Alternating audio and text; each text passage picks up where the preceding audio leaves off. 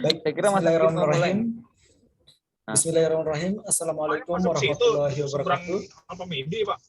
Iya. Selamat malam Bapak Ibu yang sangat luar biasa yang sudah menyempatkan waktunya untuk belajar review NLP yang tentunya yang sangat luar biasa nanti dampaknya kepada kita semua maupun manfaatnya yang akan dibawakan kepada Master Yusdi. Sebelum kita mulai kelas review pada malam hari ini, marilah kita berdoa menurut agama dan keyakinan kita masing-masing, agar apa yang kita dapatkan nanti, yang kita peroleh nanti, bisa bermanfaat bagi kita semua. Berdoa menurut agama dan keyakinan kita masing-masing, berdoa dimulai. Ngawang gula.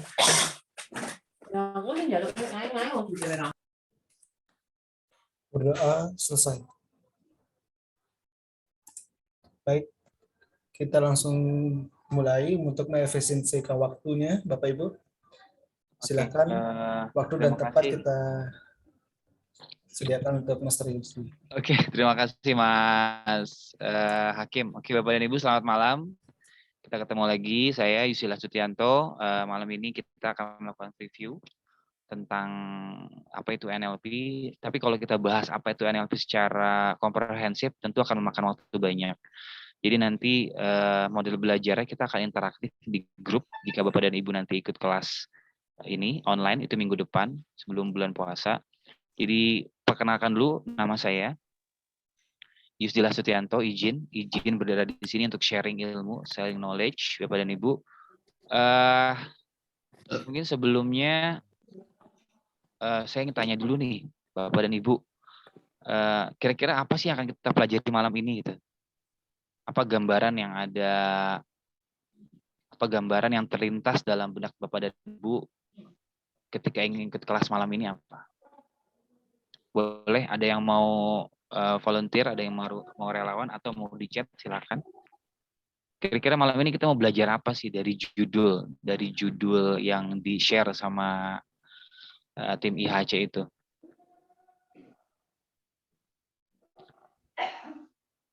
Halo? Halo? Ada yang mau jadi relawan, kira-kira kita mau belajar apa malam ini gitu? Atau belum ada gambaran, Pak.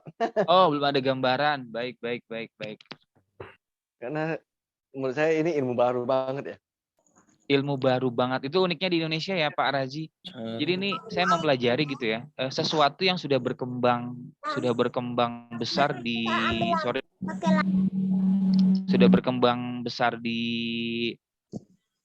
luar negeri gitu ya. Di Indonesia itu baru masuk 10 tahun kemudian. Dulu ada namanya CBT. CBT tahun 2000-an itu sudah berkembang, di Indonesia baru masuk tahun 2010-11.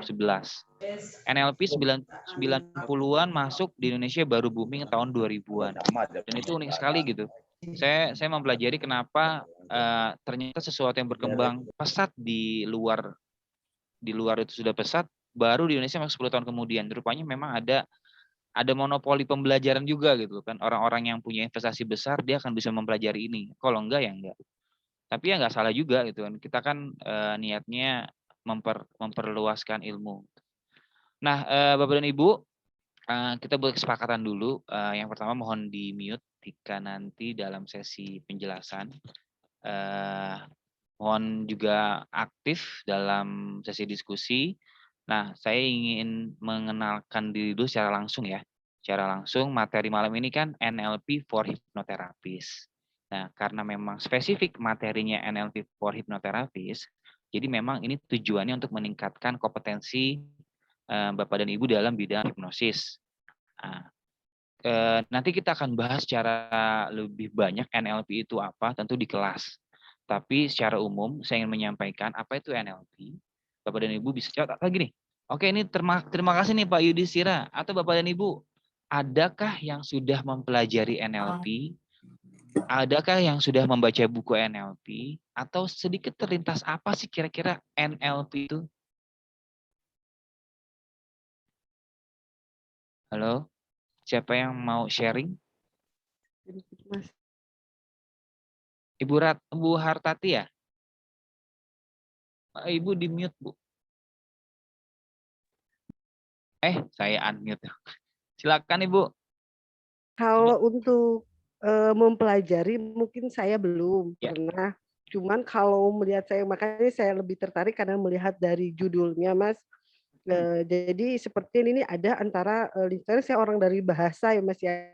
Jadi jadi makanya saya penasaran gitu dengan ini. Jadi karena di sini ada linguistik sepertinya bagaimana kita mempergunakan bahasa itu kan ada bahasa mungkin dari mata kita, mungkin dari cara kita berbicara gitu kan. Lain dari kemarin saya sudah belajar masalah hipnosis terselubung gitu kan. Nah, jadi mungkin di sini sepertinya ada bahasa-bahasa yang kita pergunakan. Jadi tanpa disengaja bahwa bahasa itu menghipnotis orang tersebut. Mungkin dari tulisan-tulisan sepertinya seperti itu. Sepertinya gitu loh. Kalau saya melihat dari neuro. Jadi bagaimana bahasa ini mempengaruhi pikiran, syaraf kita gitu kan. Wow. Kayak loh Mas, saya belum pernah baca dan belum pernah mempelajari belum. Makanya ini insya Allah nanti saya ikut ke kelasnya. Oh, oke. Luar biasa Ibu. Terima kasih, tepuk tangan sekali lagi Bapak. Tepuk tangan buat Bu Hajah. Ya, tadi Ibu Hajah sudah menjelaskan secara sederhana kalau kita menggunakan kaidah NLP itu apa, neuro ya berkaitan sama pikiran, linguistik berkaitan dengan kata-kata, program ya program. Jadi ya pemrograman bahasa pikiran. Tapi kalau mau disederhanakan, NLP adalah ilmu yang mempelajari proses berpikir. Bagaimana kata-kata mempengaruhi diri sendiri. Bagaimana kata-kata mempengaruhi orang lain. Hipnosis terselubung salah satunya. Hanya memang di modelnya berbeda. Jadi bagaimana kata-kata itu mempengaruhi cara kita berpikir, cara kita berkata. Makanya NLP digunakan dalam segi komunikasinya digunakan untuk 3 hal. Kata-kata yang memberdayakan, kata-kata yang menyejukkan, elegan, atau kata-kata yang memperjelas. Semua tentang kata-kata. Karena kan kata-kata itu apa ya? Magic ya. Word is magic itu. Kata-kata satu peluru bisa membunuh satu orang, tapi kata-kata bisa membunuh satu generasi gitu. Nah, NLP ngomongin kata-kata. Tapi Bapak dan Ibu, kita nggak akan bahas sekali lagi, nggak akan bahas secara mendalam apa itu NLP, karena itu di kelas NLP yang 5 hari. Nah, makanya nanti untuk di kelas ini kita akan fokus ke bagaimana menggunakan NLP dalam tema-tema terapeutik. Ya. Walaupun nanti akan dibahas, tapi nggak banyak. Nah, hari ini sudah kelihatan share screen saya? Sudah, Pak. Oke, terima kasih. Nah, ini saya izin memperkenalkan diri. Saya Yusila Setianto. Bapak dan Ibu, kalau ya Bapak dan Ibu mohon kita sepakati dulu untuk di-mute ya, untuk di-mute karena nanti ada sesi tanya jawab, kata itu kita akan ngobrol. Nah, ini saya Yusila Setianto, mungkin Bapak dan Ibu suka baca tulisan-tulisan saya, terima kasih sekali lagi. Sungguh itu hanya hasil dari apa yang saya baca gitu. Jadi kalaupun salah, ada kalimat-kalimat yang salah yaitu saya sendiri yang merangkainya tidak pas. Tapi kalau ada yang bagus yaitu memang sesuatu yang sudah didapatkan dari sebelumnya dan dari yang Maha Kuasa lah ya. Nah ini beberapa peminatan saya. Mungkin saya juga sering share gambar gitu karena saya tertarik sama gambar visual. Nah, kenapa saya munculkan Rinjani? Rinjani itu benar-benar NLP banget. Oke, Bapak dan Ibu bisa panggil saya Yusdi. Sehari saya sebagai pendidik, juga hipnoterapis. Ini dia. Nah, sebelum kita lanjut nih, saya ingin tahu dulu nih, dari malam ini, Bapak dan Ibu, itu dari mana aja sih? Boleh nggak? Misalkan nih dari Aceh, dari mana gitu. Oh, terima kasih Bu Riza nih. Wah, Bu Riza. Bu Riza ini, ada Dokter Cep juga, ramai ya. Oh, dari Jember. Oh, Pak Budi. Siapa yang kenal Pak Budi? Oh, Mas Kodi, Cikarang. Nah, terima kasih Mas Kodi kemarin bantuannya ya. Oh, ada Tangerang, Bandung, Makassar. Masya Allah. Ulingi itu mana Pak Ananto? Ada yang tahu dari mana Ulingi itu? W, L, Ingi. Ada Subang, Sidrap. Pak Usep, Bandung, Pak Dede. Ini Luar Tulungagung, biasa Jawa ya. Timur. Di Jawa Timur ya? Selamat malam Pak Musa. Semarang, Pak. Oke, baik. Wah, oke. Nah, gini. Sebelum saya kembali ke slide, saya ingin tanya nih, kan Bapak dan Ibu semua sudah mempelajari hipnosis yang otomatis kemungkinan sudah melakukan praktek. Entah itu praktek dalam tema-tema klinis atau praktek dalam tema-tema pemberdayaan. Pemberdayaan itu bukan cuma untuk entertainment ya, tidur bukan, tapi bisa jadi untuk membuat orang berubah sudut pandangnya dan segala macam. Saya mau tanya nih, kira-kira kriteria keberhasilan dari seseorang melakukan hipnosis atau hipnoterapi itu apa? Dalam konteks pemberdayaan ya, kira-kira yang sudah L2 nih, yang praktek, coba. Saya mau tahu kira-kira kriteria keberhasilan seorang hipnoterapis melakukan hipnoterapi itu apa? Dia dibilang berhasil itu apa? Ada yang mau share? Silakan.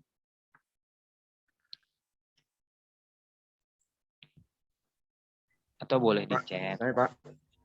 Dengan Bapak? Pak Musa, Pak, Semarang. Pak Musa? Ya, silakan Pak Musa. Kira-kira apa kriteria keberhasilan kita berhasil melakukan hipnoterapi, Pak? Saya tuh sebetulnya belum begitu berhasil. Memang kemarin itu ada 3 orang kerasukan di dalam satu tempat yang keramaian. 3 orang ini saudara, dan saya layani secara bersama-sama, dan itu cukup melelahkan sih buat saya, karena semacam ekspresinya itu meraung-raung gitu, seperti kayak punya kekuatan yang power yang sangat gitu. Sehingga ketika saya coba semacam hipnoterapi ini, ketiga-tiganya bersama-sama. Ya Pak, kurang jelas Pak. Oke, sudah jelas Pak. Cukup. Oke. Ketiga-tiganya saya layani secara bersama-sama, dan langsung ketiga-tiganya tertidur dan saya tunggu sampai saya sadarkan, dan selesai setelah itu sampai sekarang baik. Oke. Jadi ya, saya tanya itu bukan kriteria Pak, langsung kenyataannya gitu ya. Ya, jadi maksudnya kriteria keberhasilan hipnoterapi dari Pak Musa itu bahwa ketika seseorang sudah berubah kondisinya. Iya, betul. Ada perubahan. Ya, berubah dari yang mungkin contohnya misalnya menakutkan orang jadi familiar lagi gitu.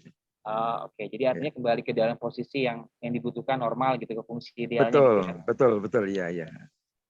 Oke, baik. Terima kasih. Ya, terima kasih Pak. Terima kasih Pak Musa. Oke, ini saya baca ada di chat ya, ada dari Pak Agus nih. Klien hipnoterapi, klien berkurang levelnya setelah hipnoterapi, gitu kan? Perubahan ke arah lebih baik, pasien mendapat kondisi ya. Gitu. Wah, terima kasih Pak Yusril nih, ada dari Pak Yusril. Oke, jadi ada satu quotes yang mengatakan bahwa dalam proses hipnoterapi itu sebenarnya kita sedang main-main atau melakukan komunikasi untuk perubahan, karena hampir seluruh bentuk terapeutik bersifat komunikatif. Pun kalau Bapak dan Ibu pernah mempelajari mesmerism, magnetism, ada komunikasi. Nah, intinya apa? Kita akan sekarang mempelajari bagaimana kita nanti melakukan formulasi kasus, menentukan kriteria keberhasilan dalam hipnoterapi dengan pendekatan NLP. Oke, sebelumnya ada lagi yang mau sharing apa sih kriteria Bapak dan Ibu itu berhasil melakukan hipnoterapi? Ini Pak Yusuf sudah menyampaikan pasien mendapatkan kondisi yang dibutuhkan, berarti klien center terapi. Halo, ada yang mau punya pengalaman kira-kira apa sih kriteria aku nih berhasil nih, saya berhasil melakukan hipnoterapi, kira-kira? Halo, Pak Afrizal? Pak Afrizal ingin menyampaikan sesuatu atau kepencet? Satu lagi, ada yang bisa bantu kriteria keberhasilan hipnoterapi itu apa? Sederhana ini memang, tapi di dalam ruang klinis, Bu Haja ya? Aduh, Ibu masih di mute, Ibu. Oh iya. Oh iya Silakan Pak. Ibu. Tapi ini menurut saya ya Pak ya. Jadi Ya. ketika saya membantu gitu kan, yang pertama dia mengalami sedikit perubahan, kemudian dia datang lagi gitu loh Pak. Dia datang lagi untuk berkonsultasi. Tadinya bahwa dia memiliki kepercayaan. Tadinya saya berhasil untuk memberikan sugesti kepada dia gitu kan. Jadi banyak orang ketika sudah terapi udah nggak balik lagi, tadinya itu nggak masuk. Nah, jadi bagi saya keberhasilan itu ketika dia mengalami perubahan, dia merasakan bahwa ada sesuatu yang berbeda dan dia akan kembali menghubungi gitu loh Pak. Kalau itu menurut saya keberhasilan buat saya seperti itu. Jadi saya sudah menanamkan kepercayaan diri dia kepada saya seperti itu Pak. Oke, terima kasih Ibu. Wah, luar biasa gitu. Artinya ada perubahan entah dalam tema-tema kognitif sehingga mempengaruhi tubuhnya gitu ya Bu ya. Jadi percaya diri baik lagi. Oke, baik. Tadi hal ini akan kita bahas nanti di. Terima kasih Bu Haji. Tepuk tangan buat Bu Haji sama Pak Musa tadi, luar biasa. Terima kasih sekali lagi yang sudah berpartisipasi. Ini adalah gaya belajar kita nanti interaktif ya. Jadi kita nggak cuma satu arah gitu ya kan. Kita usahakan bisa berkomunikasi seperti ini. Jadi ada hal yang ingin ditanyakan, silakan. Itu akan nanti kita pelajari di kelas. Nah, NLP for Hypnotherapist ini sebenarnya ingin dibuat secara offline. Tapi memang kita memahami offline itu membutuhkan waktu yang cukup lama. Tapi memang hasilnya bisa berkualitas. Nah, tapi akhirnya saya pertimbangkan untuk membuka kelas online dengan harapan ada nilai-nilai yang bisa didapat, tapi kita kurangi materinya sehingga substansinya didapatkan. Ya, terima kasih. Nah, sekarang saya akan membahas secara sederhana apa yang nanti akan kita pelajari selama 2 hari itu. Oke. Dan sebelumnya saya ingin mulai dulu dengan sebuah quotes yang disampaikan oleh founder dari NLP, namanya John Grinder. Kita nggak bahas sejarah ya, ini kita akan bahas sejarah. Oke. Jadi life is a modeler. Jadi kata Grinder, kalau kita nggak memproduksi lagi para pemodel NLP, maka NLP akan jadi kisah aja gitu. Buktinya sampai sekarang, tadi Pak Razi berkata ini ilmu baru rupanya. Oh, padahal saya sendiri sudah mempelajari dari tahun 2013. Tapi masih ada yang bilang ini ilmu baru. Kan berarti perlu ada penghubung. Perlu ada yang menghubungkan bagaimana orang bisa mempelajari mudah NLP. Nah, NLP secara garis besar adalah ilmu yang mempelajari bagaimana memodel. Jadi saya ingin mempelajari bagaimana Pak Afrizal bisa sukses. Saya ingin mempelajari bagaimana Bu Hartati bisa berhasil. NLP ngomongin itu. Bagaimana kita berpikir sebagai pemodel. Apa itu pemodel? Ya peniru, pemodifikator, dan segala macam. Nah, inilah yang menjadi landasan kenapa saya pikir para hipnoterapis atau praktisi hipnoterapis perlu mempelajari NLP. Meskipun kita nggak mempelajari yang fundamental, tapi secara garis besar aja. Nah, NLP sendiri, saya akan sederhanakan. NLP adalah ilmu yang mempelajari proses berpikir. Dari sekian banyak definisi, misalkan, Bender mengatakan NLP adalah ilmu yang mempelajari pengalaman subjektif seseorang untuk membuat perubahan. Ada seperti itu. Ada juga yang mengatakan Robert Dilts, NLP adalah ilmu yang digunakan untuk mencapai impian. Tools for dreamer, banyak. Tapi dari sekian definisi, saya suka kata-kata NLP adalah ilmu yang mempelajari proses berpikir yang bersifat subjektif dari seseorang, untuk digunakan dan dimodel pada kita untuk mencapai perubahan. Nah, tadi Ibu Hatta sudah mengatakan NLP adalah ilmu yang mempelajari program bahasa yang mempengaruhi pikiran. Kurang lebih tentang linguistik, makanya NLPers sudah dibilang linguistik karena kemampuan kata-katanya cukup bagus. Nah, di sisi lain NLP juga mempelajari tentang bagaimana kita memodel. Nah, ini dia. Yang kedua adalah saya ingin menggunakan quotes yang diucapkan oleh founder yang pertama. Sorry, ini harusnya maaf, saya rubah dulu ya. Harusnya ini Maaf, maaf, maaf, biar nanti nggak salah paham.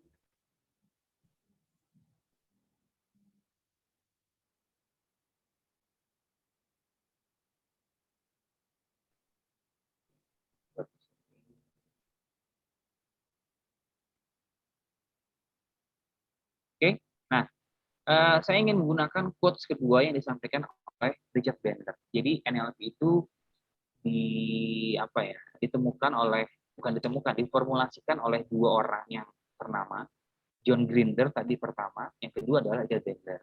Dan ada tiga orang, ada Frank Pucelik, tapi dalam perjalanan NLP itu akhirnya dua nama ini yang muncul. Nah, quotes kedua adalah brain needs direction. Otak kita itu butuh arah. Otak itu butuh arah. Jadi kalau pendekatannya si Bender bilang, apa sih yang bisa dilakukan untuk membuat perubahan? Di zaman itu, di tahun 70-an ke belakang itu, psikoterapi lebih suka membahas tema-tema masa lalu. Saya mempelajari psikoanalisis, walaupun cuma sedikit, tapi psikoanalisis lebih suka membahas apa yang terjadi di masa kecil. Ya, akhirnya muncul NLP. Dulu sebelum NLP ada namanya satu generasi namanya Human Potential Movement. Itu generasinya Abraham Maslow, Alfred Rogers tahun 30-an, tahun 30-40-an. Mereka berpikir, kalau psikoterapi hanya membahas tentang tema-tema masa lalu, kapan orang berubah? Lalu pendekatan psikoanalisis saat itu menjadi pendekatan yang memang dianggap bisa membantu. Akhirnya muncul Human Potential Movement, HLP. Ada Abraham Maslow, kalau Bapak dan Ibu pernah dengar Abraham Maslow, ada Fritz Perls, Gestalt terapi, kita belajar di L2 itu Gestalt terapi. Lalu mereka menemukan bahwa orang punya potensi untuk berubah. Daripada kita berpikir tentang masa lalu, lebih baik kita merencanakan masa depan. Tapi generasi terputus. Generasi terputus karena Fritz Perls wafat. Ada namanya Esalen itu tempat orang-orang belajar. Nah, ada pemuda, saya sedikit cerita sejarah ya, karena saya suka sejarah. Ada seorang pemuda namanya Richard Bandler. Richard Bandler itu dia kerja sama Dr. Spitzer. Dr. Spitzer itu penjual buku lah bahasa sederhananya. Tapi dia dokter ya, dia menjual buku-buku yang terapi. Nah, lalu Bandler ini ngajarin anaknya Dr. Spitzer les drum. Karena dia butuh uang, akhirnya Bandler juga kerja untuk mengawasi perpustakaannya Dr. Spitzer. Nah, di perpustakaan itu Bandler baca banyak buku. Banyak baca buku terapi, termasuk buku-buku yang berhubungan dengan Human Potential Movement. Nah, satu ketika, kalau Bapak dan Ibu pernah dengar istilah Gestalt terapi yang kita pelajari di L2, itu ada sosok tokoh psikologi namanya Fritz Perls. Nah, Fritz Perls ini mau bikin buku, tapi ketika dia mau bikin buku, dia wafat, tapi bukunya sudah ada nih. Ada buku, ada bahan materi. Dulu tuh kalau dokter Fritz Perls terapi itu direkam. Ada bahan bukunya nih. Pertamanya bahan tulisannya si Fritz Perls. Itu yang penyembuh Gestalt terapi. Yang kedua ada rekamannya. Lalu ada penerbit datang ke Dr. Spitzer di pemilik perusahaan ini. Pak, tolong dong, di Gestalt terapi ini buku terakhirnya yang ingin dibuat sama Fritz Perls. Tolong bantu untuk bisa menjadikan ini buku. Nah, Dr. Spitzer punya Richard Bandler. Richard Bandler itu termasuk ini ya, anak yang ya cerdas nakal lah, bahasa kayak gitu. Lalu rekaman-rekaman itu sama Richard Bandler itu dijadikan sebuah tulisan namanya transcribe. Ditranscribe, oke. Nah, di buku itu ada nama Richard Bandler, namanya bukunya Eyewitness Therapy. Buku pertama yang dibuat oleh Richard Bandler. Tapi maksudnya buku pertama yang disusun oleh Richard Bandler tentang Gestalt. Makanya Richard Bandler itu kekuatannya di Gestalt. Apa tuh Gestalt? Ngomongin tentang keutuhan, tentang potensi. Kalau pada Ibu belajar Gestalt di L2 nanti bisa dipertajam lagi. Kekuatan Bandler di Gestalt. Kekuatannya John Grinder ini yang pertama ini di linguistik karena dia profesor. Akhirnya dua-duanya ketemu nih, bagaimana menyatukan. Akhirnya si Bender mengatakan bahwa kata-kata itu bisa mempengaruhi keutuhan seseorang. Cara berpikir, cara merasa, cara berperilaku. Akhirnya mereka menamakan buku dulu namanya belum Neuralink Programming, dulu namanya masih Meta. Meta, ada Meta model dan segala macam. Nah, dua orang ini Bender sama John Grinder, lalu berpikir, oh daripada kita ngomongin masa lalu, mendingan kita memodel si Fritz Gestalt. Dulu saya berpikir bahwa Bender ini ketemu sama Fritz, enggak, ternyata generasinya berbeda. Jadi generasi Fritz itu ketika Fritz wafat, belum ketemu nih. Jadi Bender itu memodel Gestalt itu bukan dari Fritz langsung, tapi dari buku-bukunya. Terinstall lah. Jadi kalau Bapak dan Ibu lihat di YouTube, ada namanya Fritz ngomongnya, oi, you have to believe me. Ngomongnya suaranya agak serak-serak gitu, dan itu termodel sama aja Bender. Karena ketika melakukan transkrip, benar-benar diikutin. Lalu Bender sama Grinder, mereka mempelajari, ada dua orang tokoh juga, namanya Dr. Milton Erickson, itu Bapak hipnoterapis modern. Kalau di L1, Bapak dan Ibu pernah lihat gambar itu, seorang psikoterapis, psikolog, psikiater yang menggunakan hipnosis. Dipelajari, dimodel, dimodifikasi, dilihat muncullah satu pola kalimat namanya Milton model, hipnotik. Yang ketiga ada Virginia Satir, pakar family keluarga. Nah, tadi ini sejarah singkat nih, sejarah singkat. Bahwa NLP ngomongin bagaimana kita memodel orang lain dengan kata-kata. Sehingga kita fokus kepada apa yang ingin dirubah. Nah, dalam tema-tema NLP, seringkali kita berfokus kepada tujuan akhir yang ingin dicapai. Karena kata Bender, apa yang bisa dilakukan untuk perubahan daripada kita ngomongin sesuatu yang oke, dulu dia begini enggak. Daripada kita ngomongin itu, kita ngomongin apa yang bisa dikerjakan untuk perubahan.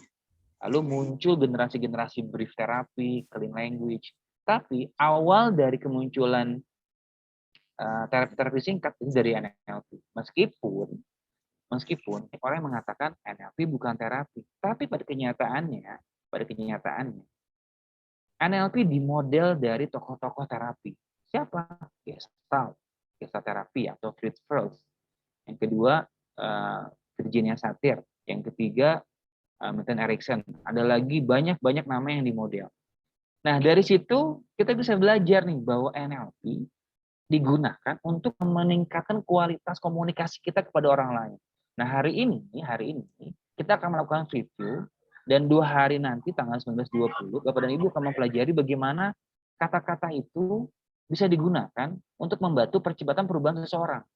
Secara khusus praktisi hipnoterapi. Oleh karena itu nanti di kelas ini akan kita bahas.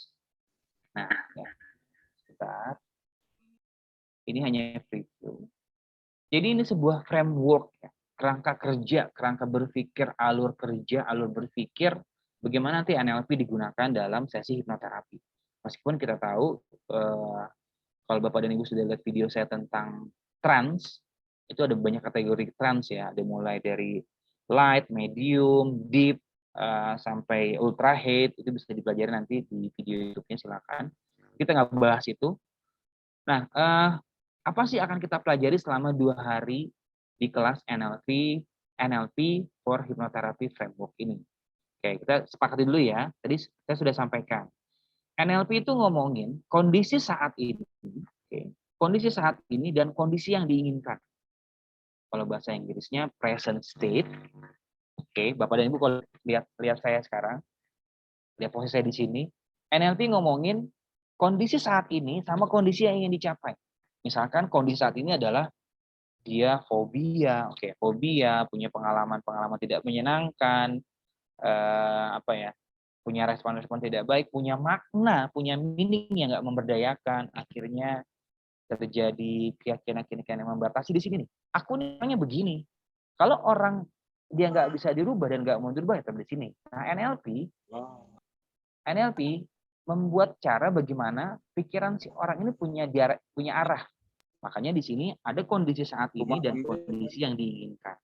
Nah, untuk mencapai ini perlu ada proses, perlu ada sumber daya. Sumber dayanya bisa melalui kata-kata, melalui proses memodel orang yang sudah berhasil, atau memaksimalkan potensi yang dimiliki. Ya. Nah, di sini jelas sekali. Kalau kondisi saat ini apa yang diperlukan? Kesadaran dan niat berubah. Sampai kapanpun Bapak dan Ibu sebagai hipnoterapis, kalau Bapak dan Ibu menemukan klien yang bukan dari dia niatnya untuk berubah, hasilnya belum tentu optimal. Oke, jadi kondisi saat ini perlu ada perubahan. Yang kedua adalah kondisi yang diinginkan. Apa biasanya? Adanya respon baru, adanya makna baru. Tadi ketika saya tanya, apa indikator keberhasilannya? Bapak dan Ibu bilang, adanya perubahan. Berarti orang itu, kalau Bapak dan Ibu lihat buku L2-nya IHC, orang itu datang ke hipnoterapis bukan untuk ngomongin masa lalu gitu kan, tapi ingin berubah masa depan. Ini yang dibahas di sini. Kalimat itu yang membuat para praktisi itu mengatakan, orang itu nggak akan semuanya berpikir masa lalu, dia akan berpikir bagaimana merubah masa depan. Nah, dalam prosesnya ada latihan. Apa yang dilatih? Misalkan melatih merubah makna. Bapak dan Ibu, kalau saya kecepatan, tolong di stop aja ya, Bang Hakim. Siap, Pak Beni, Master. kalau saya kecepatan, mohon di stop aja Pak Beni ya. Siap, Master. Bapak dan Ibu, oke, butuh, oke ya, saya nggak bisa lihat soalnya nih Mas Umam, Mas Hakim. Kalau misalkan kecepatan Bapak dan Ibu, mohon disampaikan ke Mas Hakim kecepatan gitu, atau yang mau ditanyakan langsung silakan. Nah, untuk mencapai kondisi yang diinginkan ini perlu ada latihan. Kalau terapi itu diartikan namanya belajar. Latihan apa? Latihan merubah makna, latihan merubah perilaku. Karena NLP juga mirip-mirip dengan CBT, Cognitive Behavioral Therapy. Bagaimana perilaku mempengaruhi pikiran. Bagaimana melatih cara berpikir, perasaan, memodel, dan memilih respon baru. Oke, nanti kita akan mempelajari itu, tapi nggak di kelasnya. Menuju ke hari hanya pasti akan ada tambah-tambahan knowledge gitu ya. Nah, kan grafiknya naik ya gitu ya. Nah, apa sih hasilnya tadi? Respon, change, respon. Ada respon ideal. Misalkan nih Bu Haji itu fobia gitu kan, fobia sama kecoa lah misalkan gitu kan. Nah, harusnya kan respon idealnya kalau ada kecoa biasa aja. Kan ini adalah hal-hal yang sering kali diharapkan terjadi oleh orang yang datang ke hipnoterapi. Mereka punya perubahan. Entah itu merubah responnya terhadap sebuah fenomena, atau siap menghadapi perubahan. Ya, kan ini nih, ujung-ujungnya ke sini nih. Entah itu merubah maknanya, kondisi yang diinginkan seperti itu. Aku pengen biasa aja. Aku tuh pengen biasa aja kalau ketemu kecoa biasa aja, udah gitu. Mau pakai pendekatan yang deep trance, oke. Mau pakai pendekatan yang ultra head, ujung-ujungnya adalah orang pengen merubah masa depannya. Entah responnya, entah keterampilannya, entah keyakinannya, entah sudut pandangnya, entah cara pandangnya. Nah, lalu, apa sih yang akan nanti kita pelajari selama 2 hari itu? Ya, tentu Bapak dan Ibu akan mempelajari mindset NLPers. Nanti kita akan belajar 4 pilar. Kalau Bapak dan Ibu kemarin sudah download e-book yang saya share, itu ada NLP 101 sama NLP 123. Kalau Bapak dan Ibu lihat ke YouTube saya juga, itu mindset NLP sudah ada di situ. Ada 4 pilar, ada presuposisi, banyak sekali. Mindset. Lalu yang kedua, nggak bisa. Lalu yang kedua adalah Hypnosis 101. Maksudnya kita akan bahas hipnosis apa aja tuh kategori hipnosis yang selama ini kita berpikir bahwa hipnosis adalah tidur, ternyata berbeda. Ada satu kutipan yang digunakan oleh Jeffrey Zeek. Jeffrey Zeek itu adalah muridnya Dr. Erickson. Dia mengatakan seperti ini. Hypnosis is mother of all psychotherapy process. Hipnosis adalah ibu dari semua proses psikoterapi. Maksudnya apa? Kalau kita ingin menggunakan istilah hipnosis perubahan gelombang otak, ketika orang di terapi itu ada pola hipnosis. Ketika kita ingin menggunakan pemanfaatan sumber daya dalam pikiran bawah sadar, yang itu dinamakan hipnosis, itu juga hipnosis. Jadi kita akan nanti bahas hipnosis itu apa aja. Dari muscle, dari kata muscle, dari mind, dan segala macam. Kita bahas nanti itu. Lalu, nah ini yang paling penting. Karena kelas ini sebenarnya didesain untuk kelas offline. Tapi karena memang jaraknya jauh-jauh gitu ya, akhirnya saya mengurangi pencapaian. Kita akan bahas tadi apa sih sebagai hipnoterapis ya. Sekarang Bapak dan Ibu memposisikan bukan sebagai pembelajar NLP, tapi sebagai hipnoterapis yang akan menggunakan NLP dalam terapi, atau sebagai praktisi hipnosis yang akan menggunakan NLP dalam tema-tema pemberdayaan atau dalam itu pemberdayaan sama terapi ya.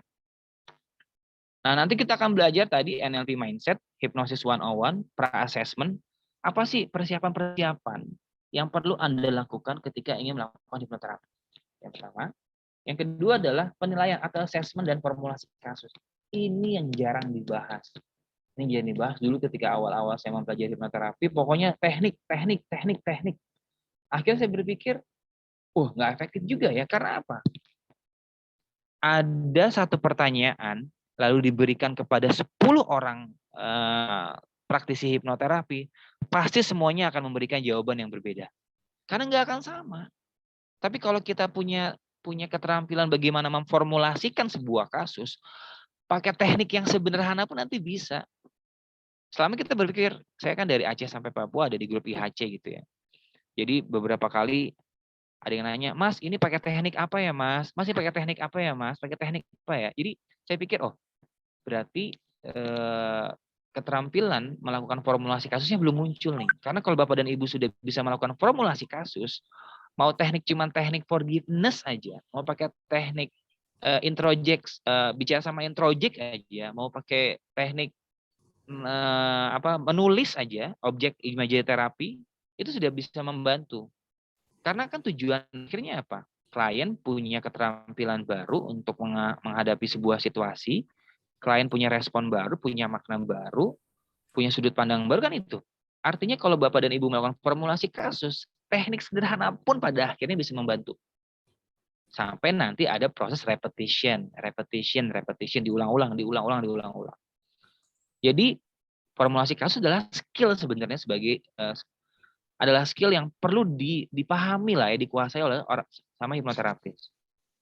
Lalu yang kelima, kita akan mempelajari ini teknik pemberdayaan, bagaimana NLP digunakan untuk pemberdayaan. Pemberdayaan itu bisa jadi coaching, atau saya seringkali ngobrol-ngobrol aja gitu ya, ngobrol-ngobrol orang sudah berubah sudut pandang. Jadi nggak perlu orang disuruh tidur gitu. Kalau goals-nya sudah dibuat kalau tujuan dari terapinya sudah dibuat sama klien, sebenarnya kita juga nggak perlu buat mereka tidur. Nggak tidur ya. Nggak perlu masuk ke dalam kondisi deep trance. Makanya NLP ada namanya teknik conversational language. Cuman ngomong-ngomong aja orang, oh iya, ternyata aku selama ini bodoh ya. Kenapa aku tidak menertawakan diri aku sendiri ya? Kan seperti itu. Akhirnya gini kan, di akhir sesi itu di sisi lain adalah bagaimana seseorang akhirnya dia bisa menceritakan situasinya. Kalau orang sudah bisa menceritakan pengalaman pahitnya, berarti dia udah biasa aja gitu. Tingkat sensitifnya terhadap sesuatu di masa lalu sudah berubah. Dulu emang udah biasa aja lah. Kalau orang udah bisa begitu, udah bisa dibilang berhasil. Menurut saya ya. Karena apa? Apalagi klien sama kita bertemu maksimal 2 jam. Lalu nanti ada tahap selanjutnya gitu kan. Kalau misalkan nggak dimaksimalkan di pertemuan pertama untuk merubah sudut pandang, akhirnya nanti kembali lagi tergantung. Jadi nanti di hari kedua tetap kita akan ngomongin bagaimana teknik NLP itu pemberdayaan. Oke, lalu teknik terapi NLP. Oke, meskipun ada sebagian orang yang mengatakan NLP bukan terapi, tidak apa-apa. Kita memodel saja. Kita memodel si Gestalt, si Fritz Perls, sama Erikson. Karena dia menggunakan teknik komunikasi terapeutik untuk merubah orang lain. Lalu follow up. Jadi ini aja nggak banyak, 2 hari itu ini di sini goalnya nih, setelah mengikuti kelas ini peserta dapat 1, memahami filosofi dasar NLP dan hipnosis. Jadi ini goalnya ya. Jadi ekspektasinya ketika Bapak dan Ibu ikut kelas 2 hari itu nanti, ini yang ingin dicapai. Memahami filosofi dasar dulu aja. Buku NLP banyak, kita akan bahas secara ringkas itu kan. Lalu yang kedua adalah memahami terminologi dan istilah dalam NLP. Kalau Bapak dan Ibu sudah mengenal, memahami arti dari terminologi dan istilah dari NLP itu bisa ngebantu. Misalkan collapsing anchor atau jangkar. Kalau di satu kan kita bicara anchor atau jangkar. Oh ternyata dicacah lagi tuh di NLP. Ada sliding anchor, ada collapsing anchor, ada staking anchor.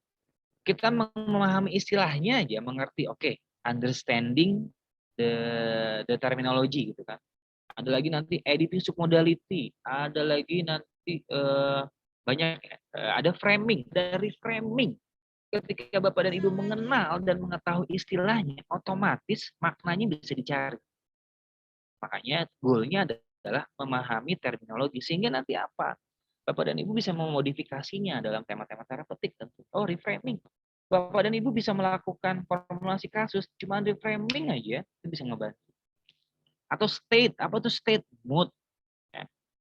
Istilah state aja, itu bagus. Oke, coba Bapak dan Ibu, sebelum kita lanjut nih, apa itu state? Halo, halo? Halo? Ya Mas, ada suaranya. Oke, saya ingin membahas satu istilah namanya state. State itu berarti mood. Ya. Saya tulis di chat, mood. Oke, saya tanya, Bapak dan Ibu, mood itu apa? Mood.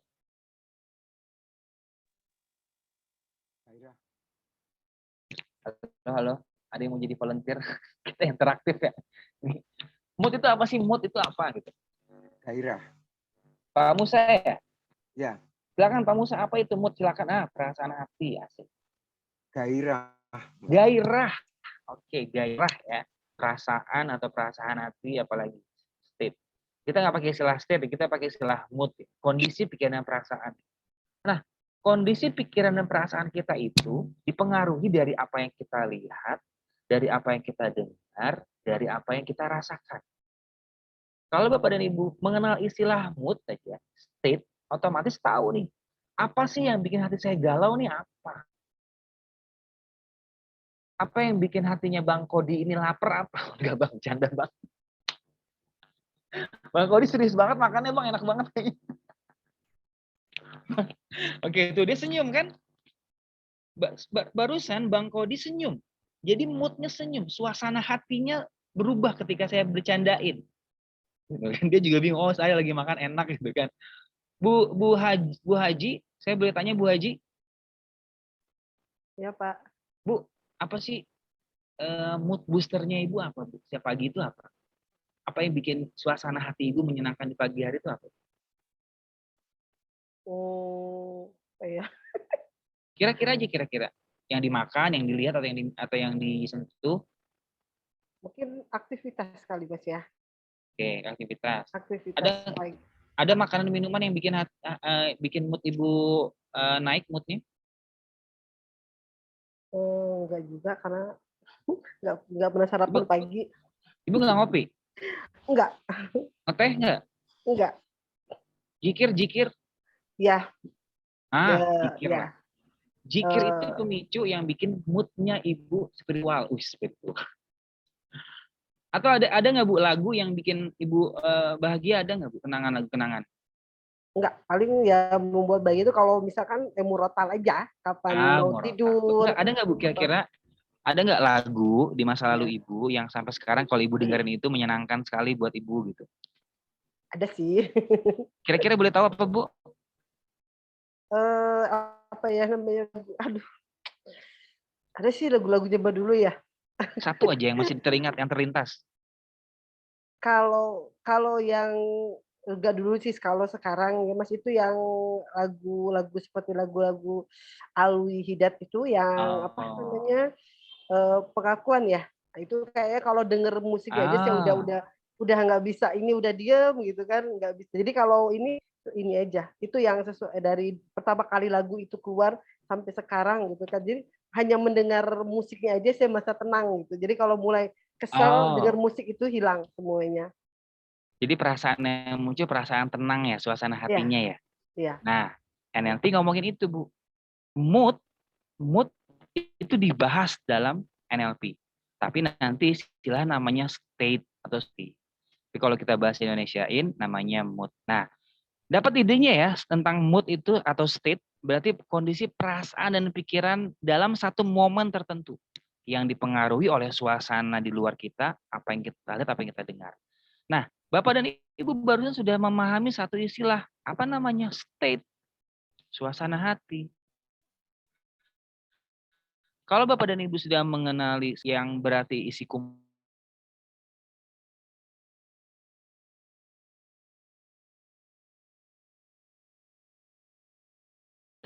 biasanya apa state-nya? Mood-nya apa biasanya? Gelisah, apalagi tuh kalau datang klien ke kita. Gelisah, nggak bahagia, kurang tidur, nah itu. Itu kita balik lagi ke sini. Ini kita balik ke sini. Nah, oke. Jadi tadi ini udah share screen ya. Oke. Dengan memahami terminologi, harapannya Bapak dan Ibu tahu bagaimana memanfaatkannya dalam tema-tema terapi, ya. Kita percepat. Lalu Bapak dan Ibu bisa mengidentifikasi kriteria calon terapi. Sekali lagi ya, masih calon ya. Dapat, jadi sebelum itu kan masa pra-assessment ya. Karena nanti Bapak dan Ibu akan mempelajari mana orang yang bisa dijadikan klien, mana yang enggak. Kan kita sepakat ya. Hipnoterapi kurang maksimal untuk dimanfaatkan dalam tema-tema yang psikotik, skizofrenia dan segala macamnya. Itu butuh perjalanan panjang, meskipun nanti ada cara-caranya dalam tahap lebih klinis itu bisa dimanfaatkan. Skizo, bipolar, ini kan tema-tema yang klinis yang kita nggak bisa masuk. Ya, kita perlu identifikasi. Jadi nanti setelah mengikuti kelas ini, Bapak dan Ibu bisa tahu mana yang memang pas bisa digunakan dengan hipnoterapi, mana tidak. Ya. Lalu bagaimana Bapak dan Ibu bisa melakukan formulasi kasus? Ini penting. Penting. Nih, satu hari kita bahas ini aja nih. Nggak usah banyak-banyak. Ini fundamental skill. Bagaimana Ibu melakukan formulasi kasus ini penting sekali. Jadi nanti nggak ada pertanyaan lagi tuh pakai teknik apa ya, Karena kalau udah mikirin teknik, akhirnya kita nggak menyesuaikan dengan kebutuhan klien. Serius deh, aku pakai teknik ini gitu ya kan. Ternyata klien nggak pengen itu. Makanya formulasi kasus. Nah, formulasi kasus itu hanya bisa dirangkai oleh klien sendiri. Itu keempat. Yang kelima adalah setelah mengikuti kelas nanti itu, Bapak dan Ibu bisa merencanakan penanganannya. Setelah sudah mengidentifikasi, lalu jadi klien lalu jadi formulasi kasus, lalu setelah formulasi kasus bisa merencanakan penanganannya. Oke, pakai penanganan apa nih? Ya, pakai penanganan apa yang saya bisa gunakan untuk kasus ini. Lalu setelah melakukan penanganan, Bapak dan Ibu bisa mengetahui dan menggunakan, mengetahui dulu apa sih pola komunikasi NLP. Misalkan ada metamodel, ada Milton model, ada banyak gitu ya, ada banyak nanti yang umum adalah metamodel, mencari informasi yang hilang atau mencari informasi yang spesifik. Lalu ada Milton model, pola bahasa yang mempengaruhi. Nah, kita bahas itu. Lalu nanti Bapak dan Ibu harapannya setelah mengikuti kelas ini adalah bisa menggunakan teknik pemberdayaan diri dengan NLP. Pemberdayaan. Kan gini, ini ada yang unik ya. Saya belum lama itu upgrade laptop saya gitu. Jadi saya berpikir kayak gini, bisa nggak ya laptop saya dibuat baru gitu. Oh, kalau laptop saya dibuat baru, mau nggak mau saya harus beli yang baru. Tapi yang bisa dilakukan oleh tukang servis adalah membuat kinerja laptop saya jadi maksimal. Saya tambah RAM-nya, saya tambah resolusi gambarnya. Jadi yang bisa dimaksimalkan oleh NLP atau hipnoterapi adalah bagaimana mengoptimalkan kerja otak dan pikiran kita. Sama seperti waktu saat pertama kali Bandler itu lagi giroh-girohnya lah, bergairahnya tadi kalau kata Pak Musa, bergairah memperjuangkan NLP, mengajar NLP. Dia datang ke bengkel. Lalu di bengkel itu dia bilang sama montirnya, tolong dong mobil saya dibuat baru gitu kan, onderdilnya dan segala macamnya. Si montirnya bilang, oh kalau kita nggak bisa bikin baru mobil, kalau misalkan mau bikin baru mobil ya beli mobil baru. Tapi yang kita bisa lakukan adalah tadi mengoptimalkan, memaksimalkan kinerja bagian-bagian yang ada di dalam mobil ini. Sama NLP itu fungsinya. bagaimana membuat orang memaksimalkan potensi-potensi yang terpendam. Makanya temanya pemberdayaan diri. Makanya keberhasilan hipnoterapi, keberhasilan psikoterapi itu adalah ketika orang mau melakukan hal yang dia mau lakukan tapi nggak dilakukan. Misalkan nih, saya mau berhenti merokok misalkan. Saya tahu merokok itu nggak bagus. Nah, keberhasilan hipnoterapi itu ketika orang mau berhenti merokok dan dia tahu.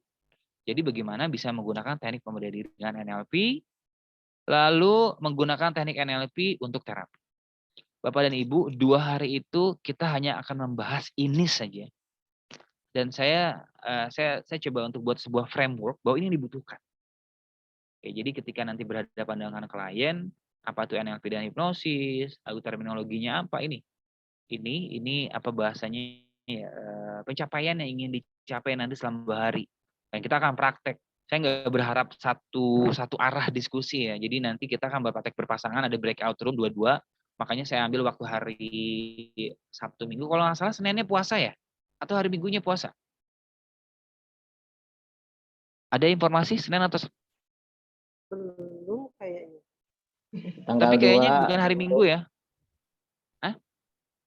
Tanggal 2 itu hari apa? Oh, tapi bukan hari Minggu kan? Tanggal 2. Ya, Hari berarti Sabtu. Saya pilih Sabtu Minggu supaya kita bisa belajar sampai ya 3 jam ya. 3 jam bukan saya ngomong seperti ini ya, 3 jam Bapak dan Ibu praktek gitu kan. Praktek ada breakout room, 3 jam saya ngomong aja nanti Bapak dan Ibu jenuh juga, enggak. Nah, ini saya coba kasih singkat sedikit ya. Nanti ini akan ada yang dikurangi gitu, enggak semua materinya akan diajarkan. Ini dia Bapak dan Ibu, ini akan nanti kurang lebih akan ini framework-nya dari filosofi, pra-assessment, assessment, pemberdayaan, penanganannya, sampai tahap lanjutannya. Ini nanti akan kita bahas, tapi enggak semuanya akan dibahas, Bapak dan Ibu, hanya akan praktek yang umum digunakan saja. Ya, itu dia. Selama 2 hari ke depan, kita akan ngomongin itu. Untuk sejarah dan fundamentalnya nanti akan di-share berbentuk diskusi lewat WA. Oke, silakan jika ada hal yang ingin ditanyakan, jika ada hal yang membuat Bapak dan Ibu penasaran, jika ada yang mau di-sharing, saya terbuka. Monggo, jadi konsep kita belajar itu ini belajar bukan one set, jadi ada praktek, karena kalau nggak praktek nggak akan bisa. Kita akan coba maksimalkan fungsi breakout room. Misalkan berpasangan dua-dua, satu observer, satu pelaku gitu. Monggo silakan jika ada hal yang ingin ditanyakan. Mas Widi boleh ini? Mas boleh apa? Ada yang ditanyakan? Mau nanya silakan Ibu, monggo.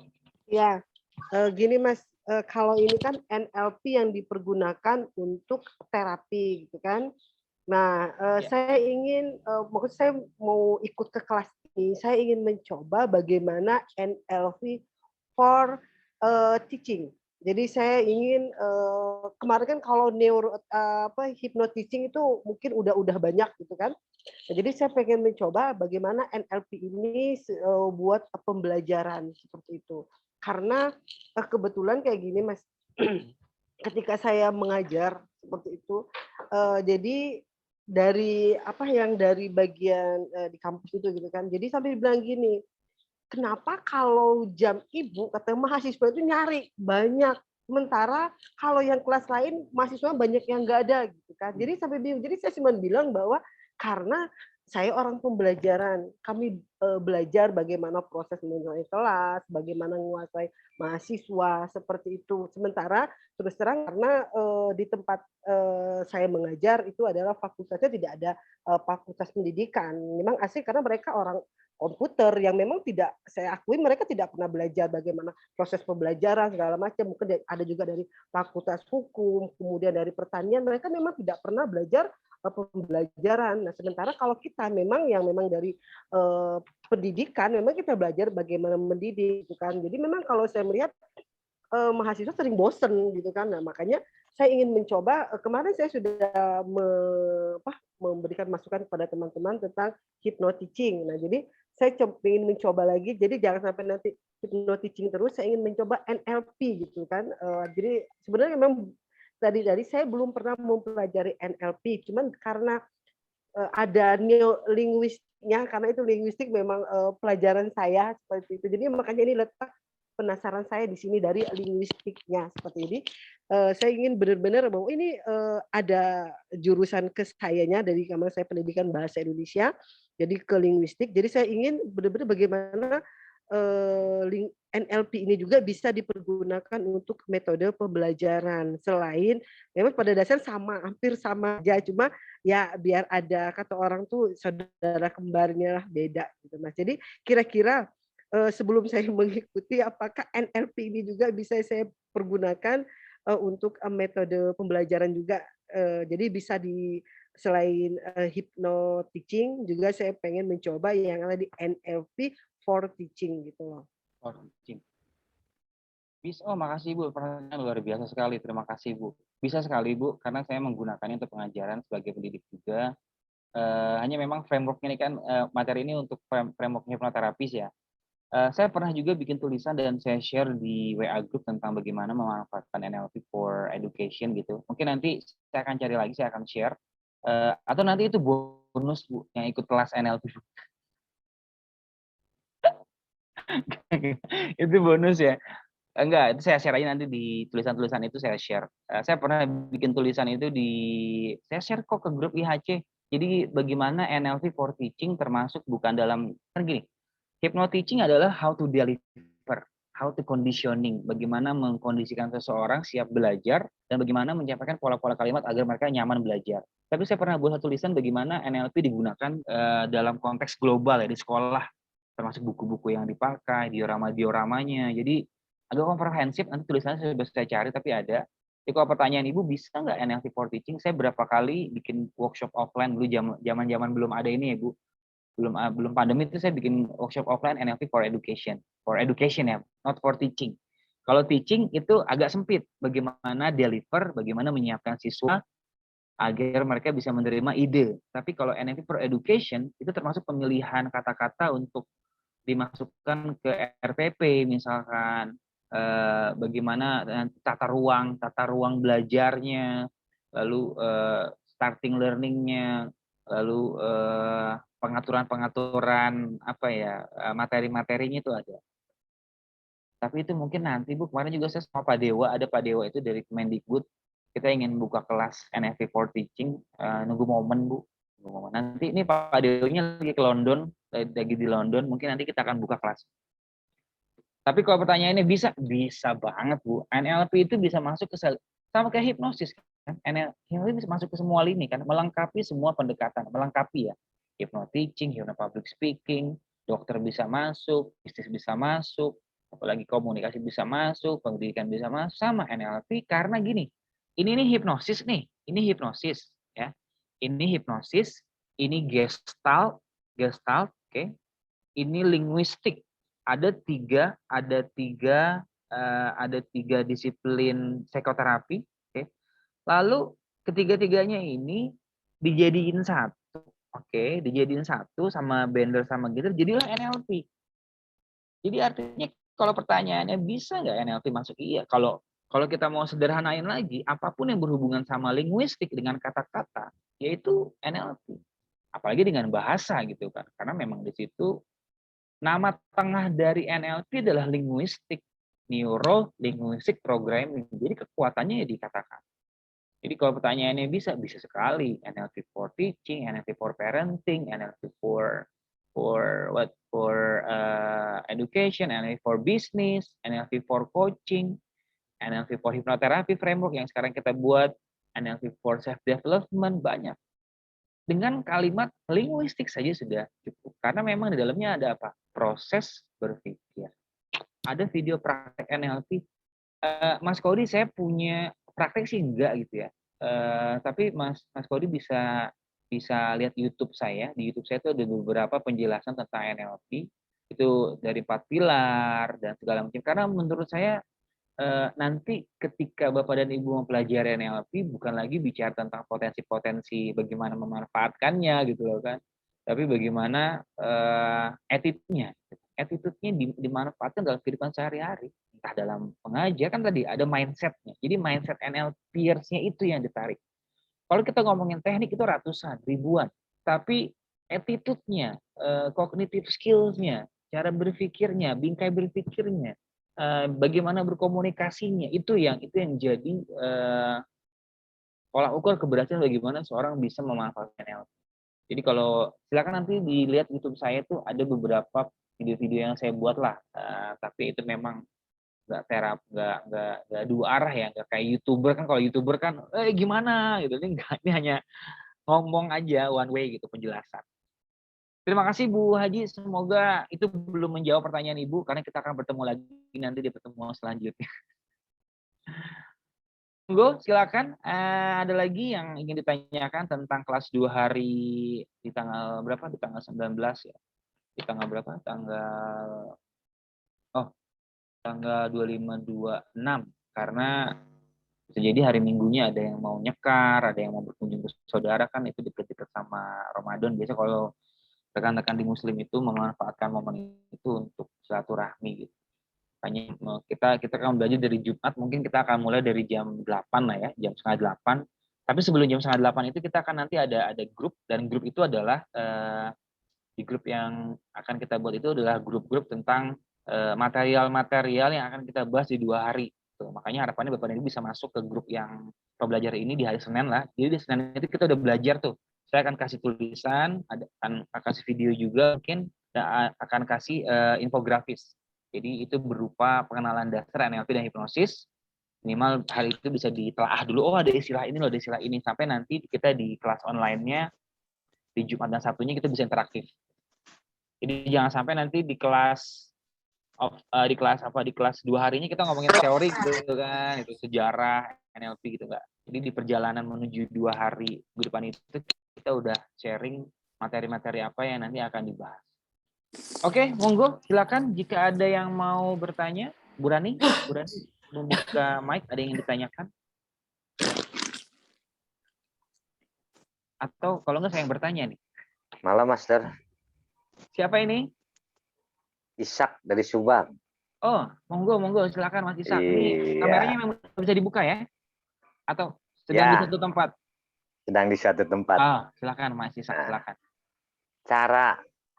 Cara memasang jangkar yang permanen, Master. Cara memasang jangkar yang permanen. Oke kan? Iya. Oke, saya tanya kira-kira tujuannya apa dulu? Nah, misalkan anak suka melawan orang tua. Ya, saya pernah, tapi 1 bulan kemudian berubah lagi. Begitu, saat itu jangkarnya diberikan apa?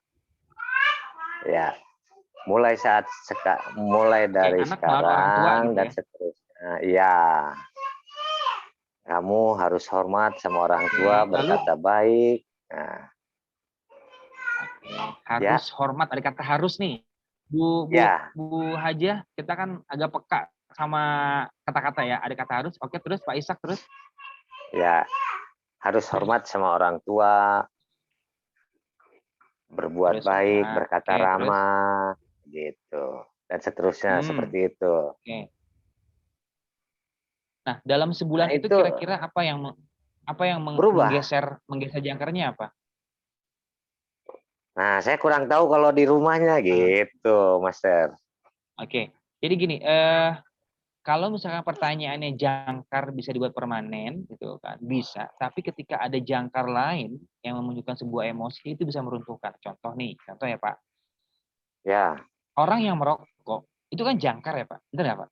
Jangkar. Ya, Mas. Bahwa kalau dia merokok, dirinya bisa rileks, benar? Ya. Benar, jangkar. Lalu saya menemukan ya, orang yang perokok berat, kalau dia meyakini puasa itu kewajiban, kira-kira apa yang terjadi? Tahan, nggak merokok.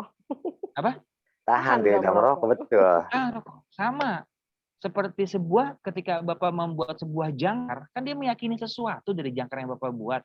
Nah, Ya. itu akan luntur ketika dia menemukan keyakinan baru. Misalnya, jangkarnya gini, kamu harus hormat dan mendengarkan orang tua. Misalkan, itu jangkarnya.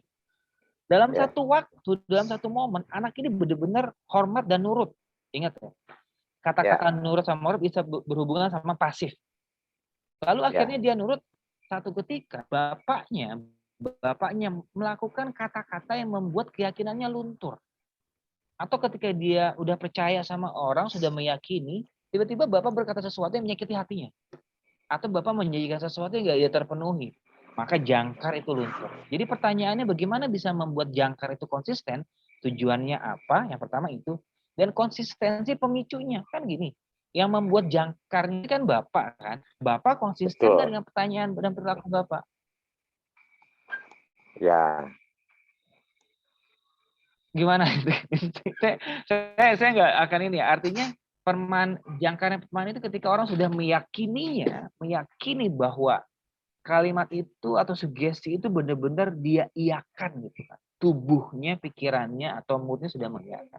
Jadi kalau pertanyaannya bagaimana membuat jangkar itu permanen, otomatis si pembuat jangkar juga perlu konsisten.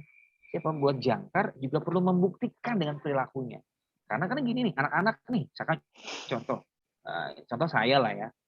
Kamu nggak boleh main ini kan, melarang anak saya dengan kata-kata. Tapi perilaku saya menunjukkan hal sebaliknya. Kan itu melunturkan jangkar. Betul. Jadi kalau pertanyaannya bagaimana membuat jangkar yang permanen, berarti jangkarnya buat jangka panjang, Pak. Ya. Jadi sebenarnya ada tema yang lain sebelum membuat jangkar itu ya. Tadi formulasi kasus. Kenapa saya perlu membuat jangkar ini? Tujuannya apa? Framingnya apa? Framing itu berarti bingkainya. Kan jangkar itu kan sebuah bingkai ya. Sebuah bagaimana jangkar membuat sebuah sudut pandang tertentu. Framing atau bingkai. Jadi kalau Pak Ishak bertanya bagaimana membuat jangkar yang permanen, berarti kita harus melipat gandakan keyakinan yang ada di jangkar itu. Sama seperti orang puasa. Orang puasa itu kan berlipat-lipat kan. Orang rokok, dia meyakini bahwa rokok itu sehat dia. Tiba-tiba dia meyakini puasa itu kewajiban di atasnya kan. Berarti kita harus membuat sebuah jangkar yang berupa isi dari sebuah keyakinan yang membuat orang tuh utuh. Ya. Itu kali Pak. Saya terlalu bersemangat ya Pak? Enggak. Malah saya senang. Master senang. Jadi artinya pokoknya jangkarnya kan berisikan keyakinan dan sugesti kan. Sugesti kan keyakinan. Jadi harus kuat. Kalau cuman kamu harus hormat. Harus itu kan kalimat yang nggak fleksibel ya, kaku gitu kan. Tiba-tiba dia udah mengikuti ya. Kita bisa telaah lah Pak. Tapi terima kasih pertanyaannya Pak, luar biasa ini, bagus sekali Pak. Siap Pak. Terima kasih banyak Terima Master. Terima kasih Pak Isa. Ya. Mas Kodi, harusnya kita menguasai NLP bahasanya apa ya? Kalau menguasai itu kan ya artinya kalau saya lebih berpikir nggak harus sih Mas, nggak harus Mas. Pertanyaannya harus nggak ya? Nggak harus Mas Kodi. Nggak harus Mas Kodi, nggak harus menguasai kok. Tapi ada dua buku yang digunakan sama NLP adalah The Manual Book of the Brain. Jadi dulu para pembelajar NLP bilang NLP adalah manual book, buku manual itu kan. Kalau kita beli handphone kan ada buku petunjuknya. Nah NLP itu bisa digunakan untuk sebagai apa sih, manual booknya untuk memaksimalkan potensi diri. Tapi itu di kelas 5 hari. Kelas 5 hari saya ngajar kelas 5 hari NLP itu lumayan. Di sini mungkin ada yang pernah belajar NLP 5 hari sama saya online. Itu dari jam 8 sampai jam 12 malam. Jadi saya termasuk karakter trainer yang memang berharap bahwa peserta itu punya goal yang bisa reachable gitu kan. Jadi kalau cuma saya ngomong-ngomong gini doang, sayang sekali gitu. Makanya besok kita Jumat Sabtu tanggal 25-26 kita akan praktek, kita interaktif. Oke? Terima kasih Pak Yusril. Nggak harus tapi penting. Terima kasih. Terima kasih Mas Kodi. Oke, kalau nggak ada pertanyaan, saya ingin bermain ya Bapak Ibu. Boleh kita bermain, Mas Hakim? Siap, Master. Aman, aman. Oke, tunggu satu lagi. Ada yang ingin bertanya? Halo, halo. Enggak Mas, mau nanya ini aja. Kalau nanti Ah. ada kelas yang offline ya, yang 5 hari, informasi aja. Oh, kalau kelas Offline offline 2 tapi. hari, Bu. Oh ya, Bu, capek offline. Bu, ngajar 5 hari capek, Bu. Oh, enggak masalah sih. Ya nanti kalau info Enggak, ya Mas. yang Lokasi. belajarnya enak, Bu, yang ngajar, Bu, terseok-seok, Bu, napas, Bu. Oke, Bapak dan Ibu, kalau misalkan nggak ada pertanyaan, saya ingin bermain. Yang permainan ini adalah bersedia. Kalau bersedia boleh. Coba, saya ingin dapat respon digitalnya. Boleh reaction, ada tombol reaction nih, ada tombol reaction di sini kira-kira kasih jempol. Boleh jempol atau boleh chat. Siapa yang siap bermain sama saya? Kita main-main aja, pura. Halo, halo. Oke, Mas Kodi.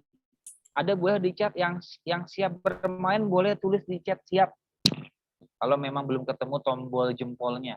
Terima kasih Mas Dwika, Mas Fatan, Mas Fatan, emotikonnya cinta ya. Ada yang siap bermain? Oke, saya hitung sampai 10 ya. 1,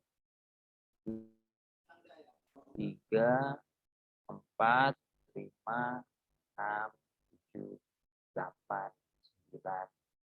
Baik.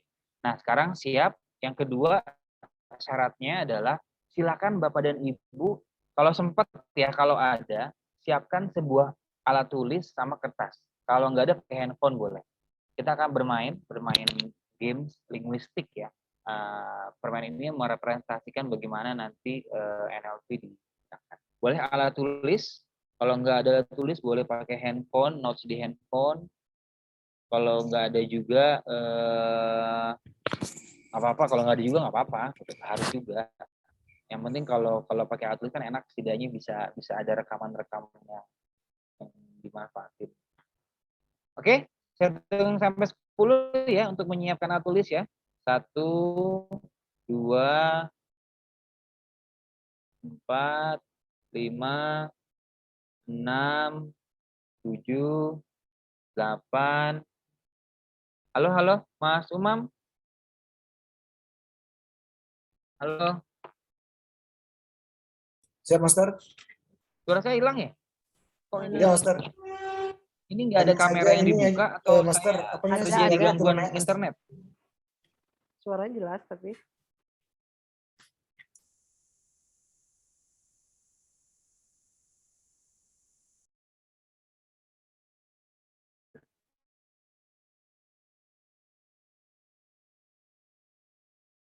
Halo, halo. Halo, Master. Siap, siap. Saya kayaknya punya gangguan internet ya. Sinyal jelek ya, Mas ya? Tidak, bagus. Ya, Master, sinyalnya turun naik, Master. Ya, oke, nggak apa-apa. Semoga harapannya tidak terjadi di hari Jumat depan gitu. Oke, sekarang kita lanjut ya. Oke, sekarang Bapak Ibu kita akan bermain sebuah permainan. Yang permainan ini adalah permainan yang merepresentasikan bagaimana NLP bekerja. Oke, halo Mas Umam, Mas Siap, Hakim. Master. Oke, yang pertama Bapak dan Ibu, coba ceritakan sebuah pengalaman paling menyenangkan dalam hidup. Ceritakan sebuah pengalaman paling menyenangkan dalam hidup, lalu Bapak dan Ibu tulis, okay, kapan persisnya, tanggalnya, di mana, kapan. Sesuatu yang menyenangkan sekali. Nggak harus di waktu kecil, boleh di waktu kecil, boleh juga di masa remaja, atau di masa kuliah mungkin, atau di momen terdekat yang baru-baru saja terjadi. Silakan. Tuliskan sebuah pengalaman yang menyenangkan. Di mana, dengan siapa, di mana dan kapan. Oke, sudah? Sudah ya? Pengalaman menyenangkan. Kapan artinya waktunya dan di mana. Satu pengalaman, satu momen menyenangkan. Atau sesuatu yang membuat Anda happy, percaya diri, apapun itu perasaan-perasaan yang menyenangkan. Oke, saya anggap sudah. Lalu yang kedua, Dari pengalaman itu, dari pengalaman yang Anda sekarang sedang akses itu, oke, ada siapa di situ? Ada siapa atau ada apa di situ? Kalau emang nggak ada siapa-siapa, berarti ada apa? Ada apa? Misalkan ada handphone, ada makanan bakso, ada rujak, misalkan gitu kan. Dari pengalaman menyenangkan itu, ada objek apa saja, jika memang ada objek, ada siapa saja, jika memang ada orang. Oke, terima kasih. Oke, sudah ada waktu, momen, sudah ada objek, sudah ada orang. Nah, sekarang kira-kira dari pengalaman menyenangkan itu, apa kalimat yang Anda katakan sama diri sendiri, self-talk-nya?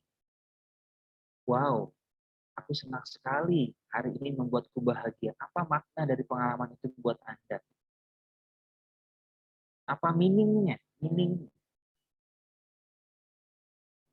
Misalkan pengalaman menyenangkan ketika menikah gitu kan. Menikah artinya dalam masa pernikahan ada banyak orang, ada ini. Saat itu Anda berkata sama diri sendiri, hari ini aku menjadi orang yang bahagia karena punya pasangan baru. Dan hari ini aku akan menjadi pasangan yang loyal misalkan. Ada kalimat yang diucapkan dalam momen tertentu itu. Itulah self-talk. Itulah makna. Makna itu yang akan mempengaruhi bagaimana kerjaan ke depan. Oke?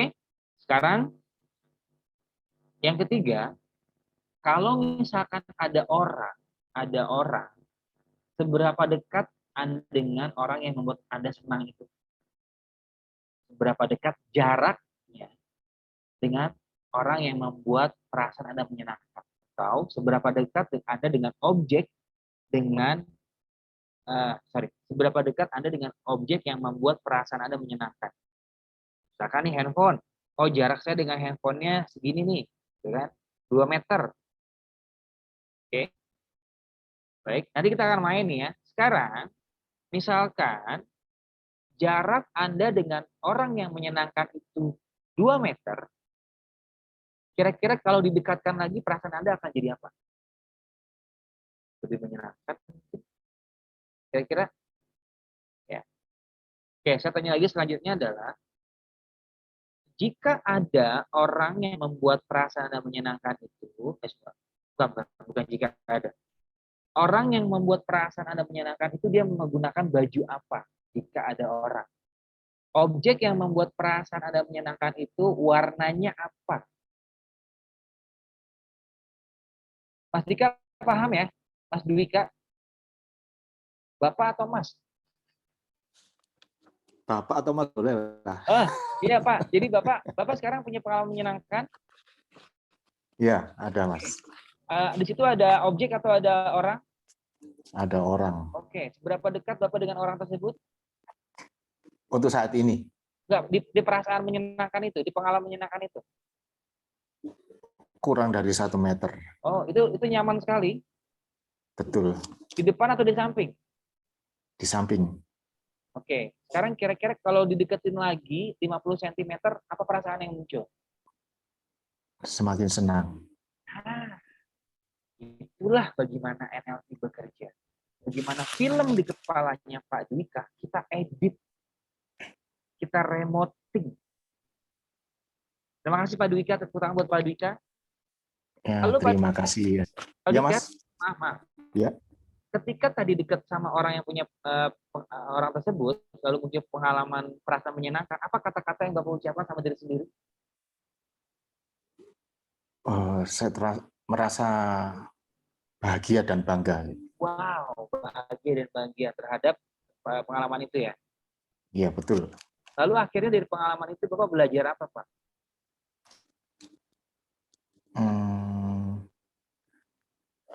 Begini, berarti saya sebagai manusia kan sebagai makhluk sosial, jadi saya sangat membutuhkan orang lain. Oke, ada lagi? Saya rasa itu aja. Oke, kan berarti ada sebuah kata-kata yang muncul dari sebuah pengalaman kan, berarti saya butuh orang lain. Itulah, terima kasih Pak Dwika, tepuk tangan sekali lagi. Itulah bagaimana NLP bekerja. Ada sebuah proses kognitif, oke, yang muncul dari apa yang dilihat, dengar, sentuh, lalu mempengaruhi pikiran, oke, mempengaruhi pikiran, lalu menjadi sebuah struktur atau rangkaian kata. Struktur itu adalah struktur pengalaman yang mempengaruhi bagaimana kita berpersepsi, merespon. Makanya ketika kita dalam sebuah keadaan tertentu, respon kita bisa dirubah. Nah, permainan ini Bapak dan Ibu adalah permainan NLP. Bagaimana Bapak dan Ibu kembali ke suatu masa di masa lalu, lalu bahasanya apa ya? Mengalami ulang perasaan menyenangkan tersebut. Lalu di situ Bapak Ibu lihat ada siapa, ini itu, lalu katanya apa muncul, lalu warna apa yang bikin saya senang, lalu siapa yang bikin saya senang. Nah, itu adalah sumber daya yang bisa kita gunakan dalam kondisi saat ini. Misalkan tadi Ibu Haja lagi bad mood, tiba-tiba dia ingat lagu tentang pengakuan. Oh, kalau dia ingat lagu pengakuan, kembali moodnya asik. That's how NLP works. Bagaimana kita mencari sumber daya untuk merubah mood kita, untuk memperkuat tujuan kita. Sumber daya. Terima kasih Bapak dan Ibu, barusan permainan sederhana, tapi itu adalah representasi bagaimana NLP itu. Tepuk tangan buat semuanya. Mas, izin dulu mau ini dikit lagi. Boleh, Bu. Silakan. Mas, tadi kan ini kita ngambil ke pengalaman ya yang membuat kita senang mood. Tapi kalau ketik itu jadi kita sesuatu yang jauh didekatkan, maka kita akan merasakan lebih nyaman. Nah, bagaimana kalau dibalik, Mas? Jadi saya kan pribadi punya pengalaman yang agak-agak trauma saya gitu kan, ada trauma, bukan trauma sih namanya, ada sesuatu gitu kan di dulu gitu kan. Nah, sampai sekarang pun gitu kan itu masih terus tidak pernah terlupakan gitu. Walaupun saya sudah tapi karena sudah pernah hipnosis juga, saya pernah jadi memang sudah lebih tenang, tapi tetap perasaan itu masih ada gitu. Apakah itu juga bisa dipakai nantinya? Oke, ini begini Bu, kita praktek Bu. Bu, tangannya begini Bu, boleh biar kelihatan Bu. Oke, ada satu teknik di NLP namanya change personal history pattern, merubah. Bu, sekarang Ibu mohon izin ya Bu, mohon izin. Sekarang gini, Ibu kalau kita buat jangkar pengaman ya. Kalau saya bilang Ibu kembali ke sini, Ibu kembali ke sini. Oke, bisa? Bisa? Ya. Kalau saya bilang Ibu kembali ke sini, Ibu kembali ke sini. Saya nggak mau ada bereaksi karena berbahaya kalau ada bereaksi di online gitu ya. Tapi Ibu udah biasa aja kan dalam situasi itu, udah punya respon baru kan. Oke. Sekarang gini Bu. Pegang di sini karena biar kelihatan. Nah, saat di sini, oke, Ibu tekan sekeras-kerasnya. Oke. Lalu sekarang saya mau Ibu kembali mengingat, kembali merasakan pengalaman nggak menyenangkan itu. Bisa? Bentar, jangan dulu. Ya, di sini ya. Ingat, tinggal instruksinya. Ibu tekan di sini, lalu ketika Ibu tekan di sini, Ibu kembali memutar ulang filmnya mundur. Nah, mundur ya, Bu. Ibu tahu film mundur ke belakang, Bu? Oke, lalu ketika saya bersuara gitu, Ibu muter ulang kepada pengalaman itu, terus. Lalu ketika saya bilang Swiss, Ibu begini. Tapi ya, kita hapus warna, suara, dan kualitas gambar dari pengalaman itu. Ibu bisa? Oke, siap Ibu ya. 1 sampai 3 ya. 1, 2, 3. Oke. Mundur terus, mundur. Kerasin lagi Bu, kerasin lagi, lebih keras lagi kencengannya. Tekan lebih keras, terus mundur pengalaman itu sampai pengalaman itu, terus. Wis, buang Bu. Oke, sekali lagi, kencengin lagi, satu lagi, siap. Oke, nanti di momen Ibu mengalami pengalaman itu, berubah semua gambar jadi blank. Siap, 1, 2, 3, kerasin Bu, kerasin pengalaman itu sekarang 1, 2, 3, wis. Oke, tarik nafas Bu. Oke, sekarang gimana perasaannya Bu? Ibu di mute barusan itu. Ya, agak lumayan tenang sama kalau Ibu di mute lagi. Kayaknya pencet. Unmute ini ada testimoni, cuman beliau unmute personal. Di unmute terus Bu. Oh iya, ya udah. Iya. Oke, gimana Bu? Ceritain Bu pengalaman barusan bagaimana? Ya, lumayan Mas. Jadi saya juga sudah karena kemarin sudah belajar juga hipnosis tadi, saya sudah suka itu karena kejadian itu ketika saya masih SD Mas. Jadi saya tidak bisa mengulang. Jadi makanya kemarin waktu itu kemarin sempat Bu, nanti kalau ini bisa kita terapi aja untuk mengulang kembali seperti, tapi berdasar kemarin sudah di hipnoterapi kemarin waktu di juga alhamdulillah sudah mulai agak tenang. Ini juga lumayan lah gitu kan ininya. Tapi karena kalau ketika saya mendengar ada pengalaman-pengalaman itu mulai muncul gitu loh Mas. Jadi kalau misalkan tidak ada bilang pengalaman itu nggak akan muncul, tapi ketika ada kata-kata pengalaman, tadi kan Mas bilang pengalaman, tapi kan di sini yang ditanyakan adalah pengalaman yang menyenangkan. Nah, tapi dalam pikiran saya muncul gitu. Setiap ada yang mengingat, pasti itu yang terlalu teringat. Oh. Gitu. Oke, gini Bu. Nanti kita formulasi kasus. Kan, Iya. tadi apa perasaannya traumatik, kan? Pemicunya pengalaman itu kita di kelas. Tapi gini, saya ingin menceritakan apa filosofinya yang terjadi dari tadi itu. Pertama gini, pertama ini berhubungan sama pertanyaan Pak Fatan ya, Pak Fatan. Jadi gini, ketika menekan di sini, ini namanya jangkar. Ini jangkar. Jadi pengalamannya Bu Hajah itu kita jangkarkan pada sebuah titik tertentu. Di sini kencengin, terus lalu saya ingin Bu Hajah mengulang dan merasakan kembali pengalaman-pengalaman nggak menyenangkan itu, dirubah gambarnya dan dirubah segala macamnya, lalu kita hapus, dipindahkan. Ini yang namanya collapsing anchor, merubah jangkar. Jadi kita menempelkan dulu sebuah jangkar di sini. Sebenarnya dalam tema-tema terapi bisa lebih ini Bu, bisa lebih lama. Hanya ini kan pengennya brief dan ringkas. Minimal gini, minimal Ibu ada satu perubahan, kira-kira ada perubahan apa Bu? Kalau diskalakan Bu, dari nomor 1 sampai 10, Ya baru 6 lah. Oke, sekarang 6 ya Bu. Sekarang 6. Bu, sekarang gini, kita coba lagi Bu ya. Sama. Ini namanya change personal. Nggak harus tangan kanan Mas.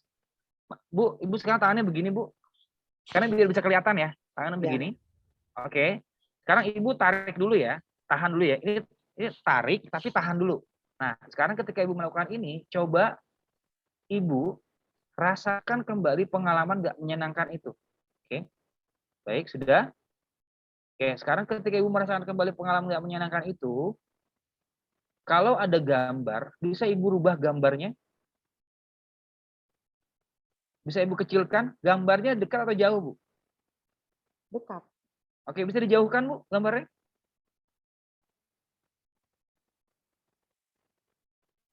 Bisa dijauhkan? Oke, sekarang gambarnya jauh di depan, layarnya di depan atau di samping? Di samping bisa. Oke, sekarang bisa dipindahkan ke tempat yang Ibu merasa nyaman, bisa gambarnya itu?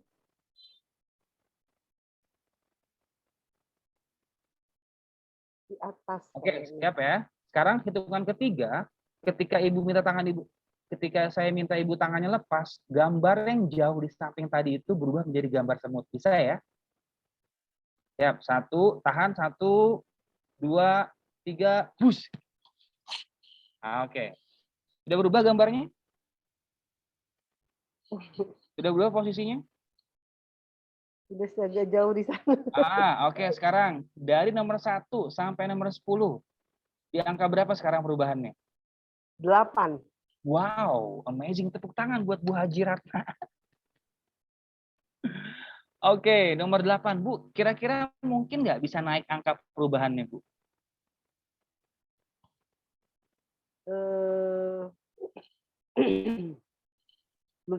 Belum ini juga ya.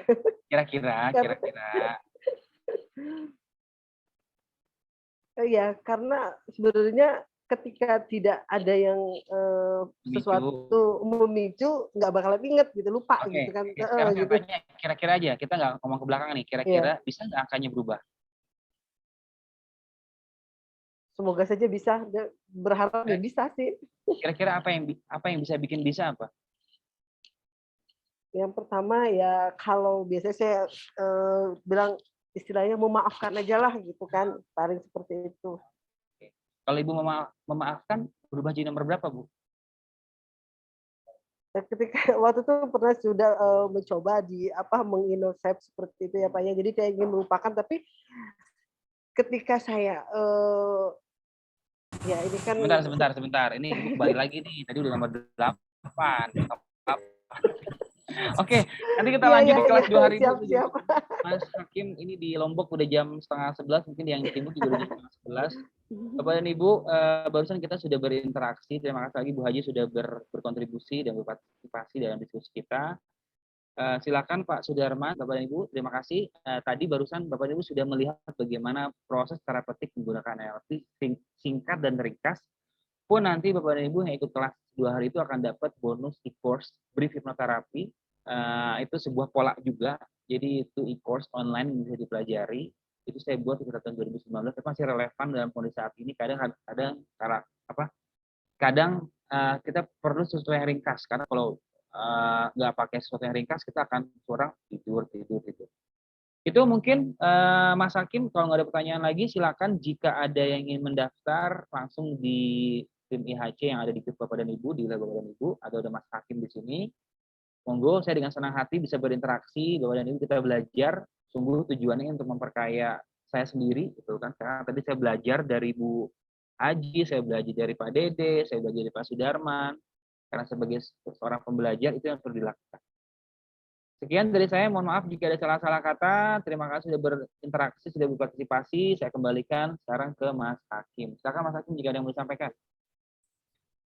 Baik, terima kasih Mas Yusdi atas waktu dan kesempatannya untuk preview NLP pada malam hari ini. Dan Bapak Ibu yang sangat luar biasa sampai sekarang sudah mengikuti dari awal sampai akhir. Semoga bermanfaat bagi kita semua.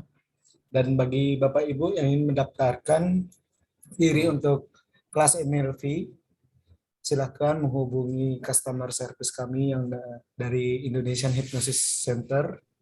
Mungkin yang mengenal Mas Muhlis, Mas Wira, Mas Hilan, Mas Umam, dan lain sebagainya, termasuk Hakim. Mungkin itu saja untuk review NLP pada malam hari ini. Kurang dan lebihnya mohon dimaafkan. Sekian mungkin dari Hakim, Master. Ya, saya juga terima kasih. Siap, kita tutup, Master ya. Ya, siap. Kita berdoa Assalamualaikum warahmatullahi wabarakatuh. Waalaikumsalam. Baik Bapak Ibu, sebelum kita menutup preview pada malam hari ini, marilah kita berdoa menurut keyakinan kita masing-masing agar apa yang di-share dari Master Yusdi tadi bermanfaat dan mendapatkan bertambah ilmu lagi. Baik, berdoa menurut keyakinan kita masing-masing, berdoa dimulai.